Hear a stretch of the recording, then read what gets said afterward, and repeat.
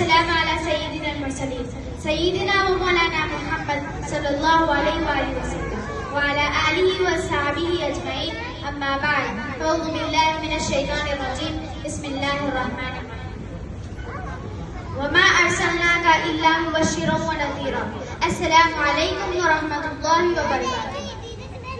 ہمارے نبی صلی اللہ علیہ وسلم کی دنیا میں تشریف لانے سے پہلے برائیاں تھیں، لوگ اللہ تعالیٰ کو اور اس کے احکام کو بالکل بھول چکے تھے۔ ایسے وقت میں اللہ تعالیٰ نے ہمارے نبی صلی اللہ علیہ وسلم کو ساری دنیا کی ہدایت کے لیے بھیجا۔ چنانچہ ہمارے نبی صلی اللہ علیہ وسلم کی ولادت ماہ ربیع الاول میں دنیا کے سب سے پرانے اور مقدس شہر مکہ مکرمہ میں ہوئی۔ جب آپ صلی اللہ علیہ وسلم بچپن ہی سے بہت ہی نیک تھے۔ آپ صلی اللہ علیہ وسلم کی سچائی اور امانت داری تو عرب میں بہت مشہور تھی۔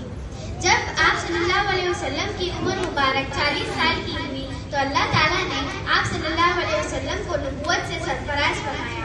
نبوت ملنے کے بعد آپ صلی اللہ علیہ وسلم نے لوگوں کو توحید و رسالت کی دعوت دینی شروع کی۔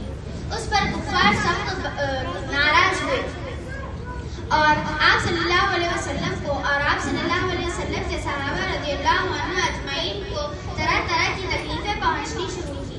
مسلسل تکلیفوں کے بعد ہمارے نبی صلی اللہ علیہ وسلم کو آپ صلی اللہ علیہ وسلم کی طرف اللہ تعالیٰ کی طرف سے ایک بڑا انعام ملا کہ نبوت ملنے کے معراج میں عظیم الشان واقعہ پیش آیا جس میں نماز کا تحفہ ملا۔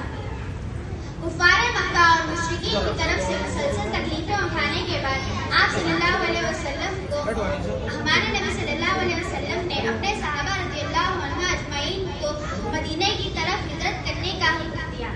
جب نبی کریم صلی اللہ علیہ وسلم مدینے ہجرت فرما رہے تھے تو مدینے والوں نے آپ صلی اللہ علیہ وسلم کا زبردست استقبال کیا۔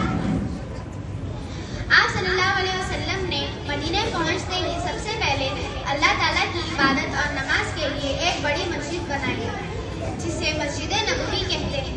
ہجرت کے دوسرے سال آپ مسلمانوں کو ایک بڑی جنگ لڑنی پڑی جسے جنگ بدر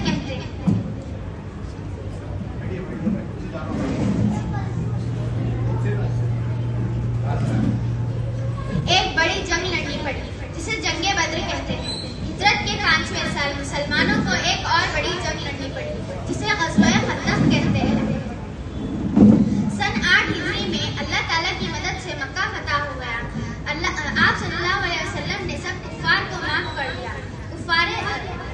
فتح مکہ کے بعد آپ صلی اللہ علیہ وسلم نے اپنے 1 لاکھ سے بھی زیادہ صحابہ اکرام رضی اللہ عنہ کے ساتھ حج کیا۔ یہ ہمارے نبی صلی اللہ علیہ وسلم کا آخری حج تھا، اسی کو حجۃ الوداع کہتے ہیں۔ چنانچہ سفر حج سے